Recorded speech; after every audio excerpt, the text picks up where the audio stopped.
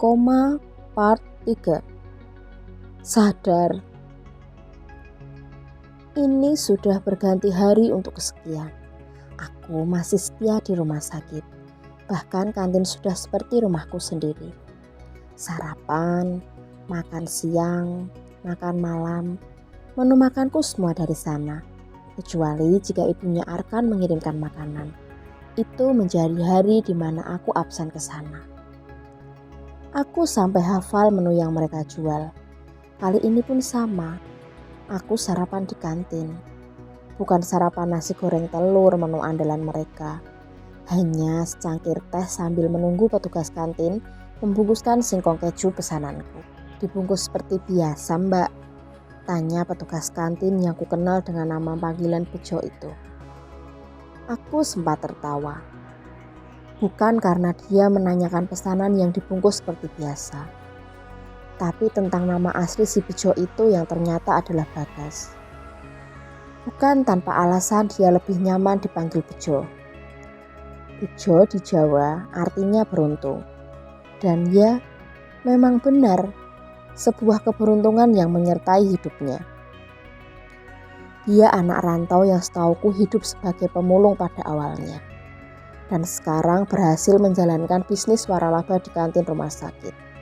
Bahkan 2 bulan lalu menikah dengan seorang perawat. Begitulah kehidupan. Jika garis Tuhan sudah ditetapkan, teori apapun tak akan mampu mematahkannya. Ini, Mbak. Bejo menyerahkan sebungkus singkong keju. Ia menyunggingkan senyum ramah. Minumannya mau tambah, Mbak Lira? Sambungnya lagi. Aku menggeleng. Ini sudah cukup. Aku mau kembali ke ruang Mas Rambu. Terima kasih ya. Iya, Mbak. Hati-hati. Wajah Mbak Lira kelihatan pucat pagi ini. Bejo berucap sambil mengelap kedua tangannya dengan kain. Refleks aku memegang muka, menepuk pipi kanan kiri bersamaan. Mungkin hanya kecapean biasa. Sudah ya, aku permisi dulu. Aku bergegas, keluar kantin dan menaiki lift.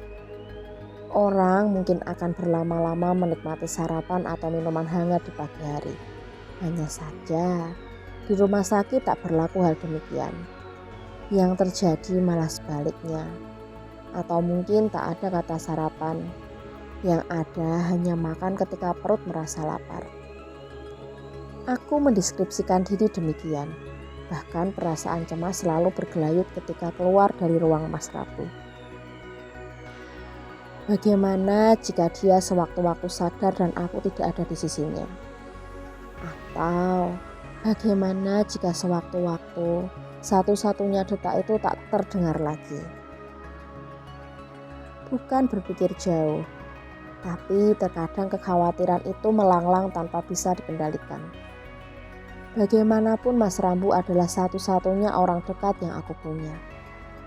Kebersamaan kami selama ini membuat hatiku terikat pada sosoknya. Aku tak tahu bagaimana diriku nanti jika terjadi hal buruk padanya.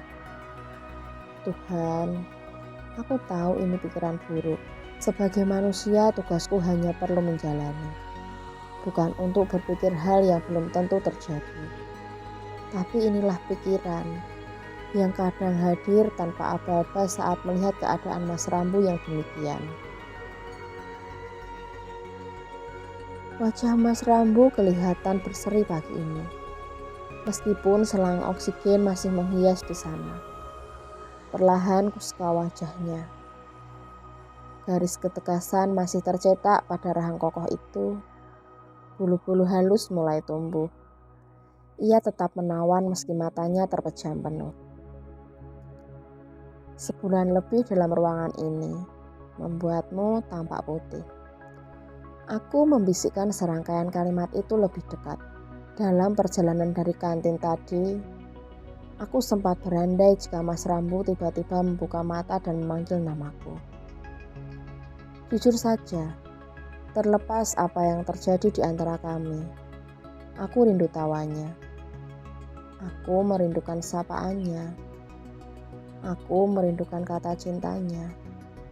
Bahkan dalam andai itu, Aku tiba ingat cara dia memelukku. Pelukan Mas Rambu penuh kasih dan sayang. Bahkan bayangannya seperti nyata. Meskipun pada kenyataannya tak ada gerak lain saat aku menyentuh lengan tangannya. Jemarinya juga masih diam di sisi tubuh.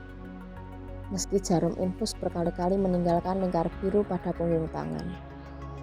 Hanya dadanya bergerak naik turun dengan embusan napas tenang. Biasanya bila aku berkata hal sedikit menggoda, tangannya akan langsung menggapai pinggangku, menggelitiki hingga tawaku meledak. Atau lebih lagi, dia akan mendekat dengan seringnya kejam, menjarakanku pada sudut tembok atau apapun di mana tubuhku dapat diraih. Kemudian menepis jarak antara wajah kami hingga aku merasa ciut sendiri. Sebuah tindakan harus menerima konsekuensinya loh, godanya. Lalu melangkah hingga ujung jari kaki saling bersentuhan. Ampun cuma bercanda. Enggak ada bercanda. Pokoknya harus dihukum. Mas kan cuma bercanda. Dia akan terbahak heboh jika sudah berhasil menggigit hidungku hingga merah. Itu tentu saja membuatku geram. Kadang aku membalasnya dengan naik ke punggung untuk meminta gendong. Melingkarkan tangan pada lehernya hingga dia mohon ampun dengan suara tertahan. Tentu saja aku merasa puas jika sudah begitu. Tapi sekarang aku tidak ingin rasa puas itu. Yang ada hanya perasaan ingin mengulang kebersamaan itu layaknya sebuah cita-cita dengan harapan tinggi. Jika ada yang berkata, hal yang paling menyebalkan dari seseorang itu bisa berubah menjadi hal yang paling dirindui. Itu memang benar adanya. Aku yang mengalaminya saat ini. Rindu yang besar dan hanya air mata yang bicara betapa bergejolaknya rasa itu. Arkan berdiri di ambang pintu dengan tangan berada pada saku celana. Ia datang pada jam makan siang. Dan memergokiku yang sedang diam mengamati ruang yang selama ini luput dari perhatian. Ruang ini merupakan ruang VVIP pilihan mama. Dengan nuansa putih kombinasi coklat muda pada sudut dindingnya. Ada layar LED TV 45 inch hitam yang menghadap ranjang, di mana Mas Rambu terbaring. 2 jendela besar. Langsung menawarkan air mancur dan taman kota jika mengintip sebentar saja di balik tirainya. Aku duduk pada kursi tunggu sebelah kanan, hingga bisa langsung melihat Arkan ketika pria itu meletakkan 2 tangan pada meja dekat kulkas yang tak jauh dari pintu masuk. Sudah makan siang, Lid? Tanyanya. Sudah, ada singkong keju sisa tadi pagi. Mama belum kesini jadi aku belum bisa pulang. Kelihatan gak bahagia. Mana bisa bahagia coba. Dia saja belum ada perkembangan hingga hari ini. Tapi bukan berarti cuma makan singkong.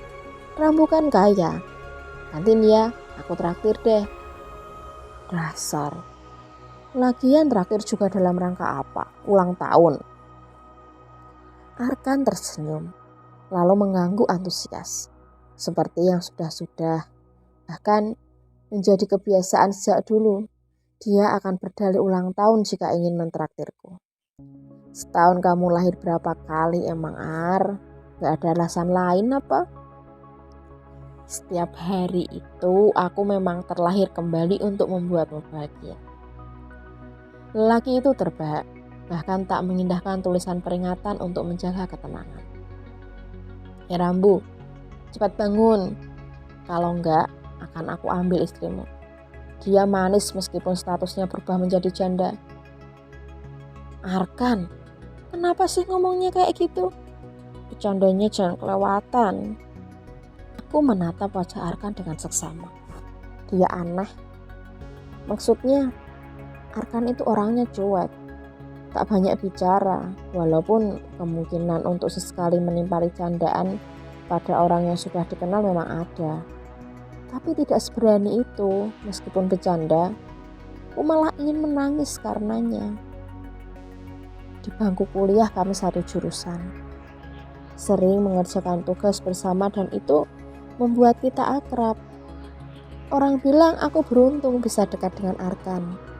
Karena selain pintar, dia juga incaran semua wanita. Sikap cueknya membuat kebanyakan dari mereka penasaran. Ya mungkin saja benar, Arkan memang nyaris sempurna.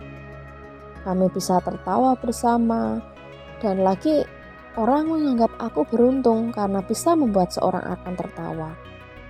Sebuah sanjungan yang menyenangkan untuk menilai tali persahabatan. Ya tapi memang itulah sahabat, suka duka bersama. Aku berhasil membuat Arkan tertawa, berarti aku adalah sahabat sejatinya.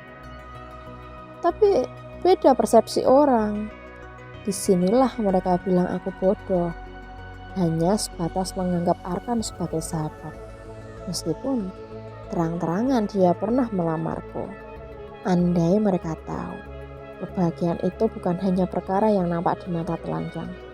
Sama halnya juga dengan perasaan lebih pada seseorang. Ada hati yang berperan dalam hal ini, dan dia mempunyai mata sendiri.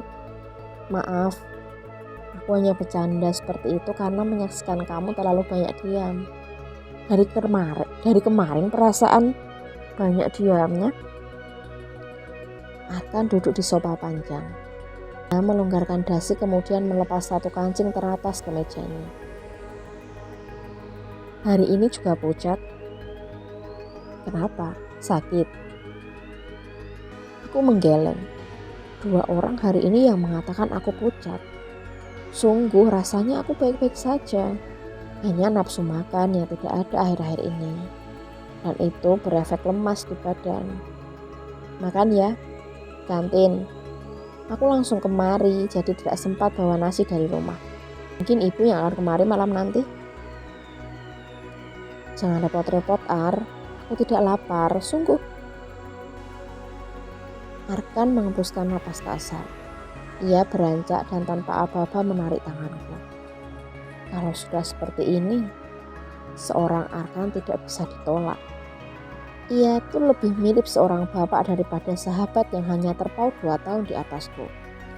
Aku berani mengutarakan itu, meskipun tak pernah tahu sosok bapak dalam hidup. Kata orang, cinta pertama perempuan adalah bapaknya.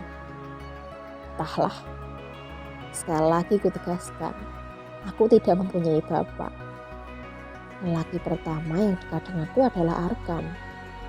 Kalaupun bukan sosok bapak, dia adalah kakak untukku.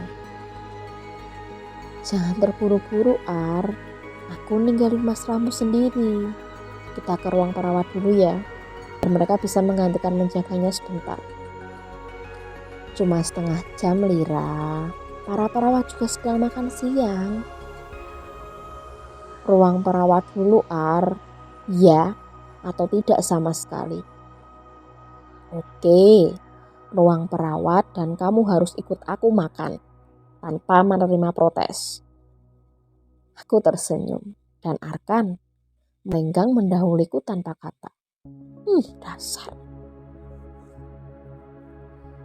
Tadi kesepakatannya kantin, kenapa jadi restoran? Kataku ketika pelayan sudah selesai menghidangkan makanan. Di kantin bukannya sudah sampai hafal menunya. Dan tidak ada gurame bumbu kuning, Lira. Ini, cepat habiskan. Kamu itu kelihatan pucat loh. Arkan menyodorkan sepiring nasi dan 1 porsi penuh gurame bumbu kuning. Arkan pastinya tahu makanan itu adalah kegemaranku. Tapi untuk saat ini, perutku justru bergejolak melihat kuah kuning lengkap dengan tomat merah di atasnya. Suapan pertama terasa pahit. Arkan masih saja melihatku dengan seksama. Kenapa? Gak enak? Tanyanya. Ia menyodorkan teh hangat dan sebuah tisu. Aku hanya menggeleng sebagai jawaban. Menyeruput teh dan mengelap mulut. Bukan gak enak, hanya saja memang tak berselera makan. Mulutku kerasa pahit, rasanya mau muntah. Setetes air mataku mengalir. Arkan terperanjat dan pindah tempat duduk di samping. Lira, kok nangis? Kamu sakit ya? Aku kembali menggeleng. Pertanyaan sakit yang terlontar dari Arkan justru membuatku semakin ingin berteriak keras. Seperti ini jika penyakit mah mendera, perih dan mual. Kenapa di saat aku butuh kekuatan ekstra, justru sakit datang mendera? Lalu bagaimana Mas Rambu jika aku jatuh sakit juga? Siapa yang akan mengurusnya? Lalu apa kata Mama Flo nanti? Bagaimana mau mengurus suami jika mengurus diri sendiri saja tidak bisa? Kalimat-kalimat serupa itu sudah tak terhitung lagi jumlahnya yang pernah Mama Flo ucapkan padaku. Selama ini, sebisa mungkin aku lebih memilih untuk menghindarinya. Bukan benci, bukan. Tapi lebih seperti jika kita tidak nyaman mendengar suara petasan, baiknya tidak usah mendekat kan. Ya untuk menghindari suara yang lebih keras lagi. Tapi yang jelas ini bukan tentang petasan. Ini tentang hati. Hatiku lebih tepatnya. Yang sedang mencoba untuk lebih luang-luang lagi. Karena bagaimanapun selain ada Mama Flo dan kalimat-kalimatnya, masih ada Mas Rambu yang benar-benar untuk dipikirkan. Bagaimanapun mereka masih ibu dan anak. Mengingat Mas Rambu, sebelum ikut Arkan, aku meminta suster belia untuk menjaganya. Dia memang seorang yang mudah akrab dengan orang lain, apalagi keluarga pasien. Beberapa kali aku pernah menitipkan Mas Rambu padanya ketika ada urusan di luar. Dan entah, baru beberapa saat aku meninggalkannya, kini rasa rindu menyergap hatiku. Bau sabun mandi yang diberikan rumah sakit untuk Mas Rambu ketika aku mengelap tubuhnya justru menjadi aroma yang menggugah. Ini lebih-lebih lagi dari aroma kuah kuning bercampur irisan bawang goreng di atas ikan gurame. Aroma itu menusuk-nusuk ingatan, membuat hatiku ingin secepatnya kembali ke ruangan Mas Rambu. Ada rasa tak sabar. Ini lebih seperti orang menantikan membuka hadiah, campur aduk. Arkan, ayo kembali ke rumah sakit. Ini sudah terlalu lama aku meninggalkan Mas Rambu. Tidak, sebelum kamu habiskan makanan itu.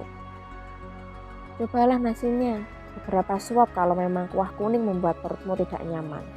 Lagi pula santan memang tidak baik untuk penderita mah. Tapi aku gak nafsu, perasaanku malah aneh gini. Arkan mengangsur sendok untukku. Makanlah barang beberapa suap. Perasaanmu aneh, karena pikiranmu yang kacau. Efeknya nanti mahmu jadi tambah parah. Kurai sendok yang diangsurkan Arkan. Menurutinya lebih cepat selesai daripada mendebatnya. Lagi pula dia hanya minta beberapa suap. Setelah itu aku bisa cepat menemui Mas Rambu. Entah ini perasaan apa. Rasanya seperti gelisah karena ada sesuatu yang tertinggal. Aku tidak nyaman. Pikiranku terusik. Aku ingin cepat kembali. Ada apa ini? Aku ambil napas banyak-banyak sebelum menyuapkan 1 sendok nasi. Nah, itu kan bagus, enak kan? Arkan kembali mengangsurkan piring yang berisi lauk lain. Tambah lagi lauk yang lain. Sejujurnya perutku bergejolak. Tapi demi lebih cepat, ini akan kutahan. Baru saja sesuap nasi kembali masuk. Suster belia menelpon. Ya suster, sapaku. Halo Bu Lira, Anda di mana? Bisa cepatnya kembali? Pak Rambu sudah ada kemajuan. Bisa dikatakan sadar beberapa menit yang lalu. Seperti terpaku pada kalimat berita itu. Aku tak menyaut apapun lagi suara suster belia. Rasanya sekitarku menjadi hening. Restoran ini seakan kosong tanpa penghuni. Dadaku bergejolak hebat. Akhirnya penantianku itu datang. Sadar, dia sadar. Mas Rambu sadar. Air mataku menetes. Arkan menatapku dengan mimik wajah berubah. Mungkin didera rasa bingung. Arkan, ayo kembali ke rumah sakit. Mas Rambu sudah sadar. Ucapku terbata. Aku meraih tangan Arkan yang terulur untuk membantuku berdiri. Guncahan segala rasa di hati membuat kakiku lemas. Bahkan untuk berdiri pun tak mampu. Kamu baik-baik saja, Lira? Arkan merangkulku.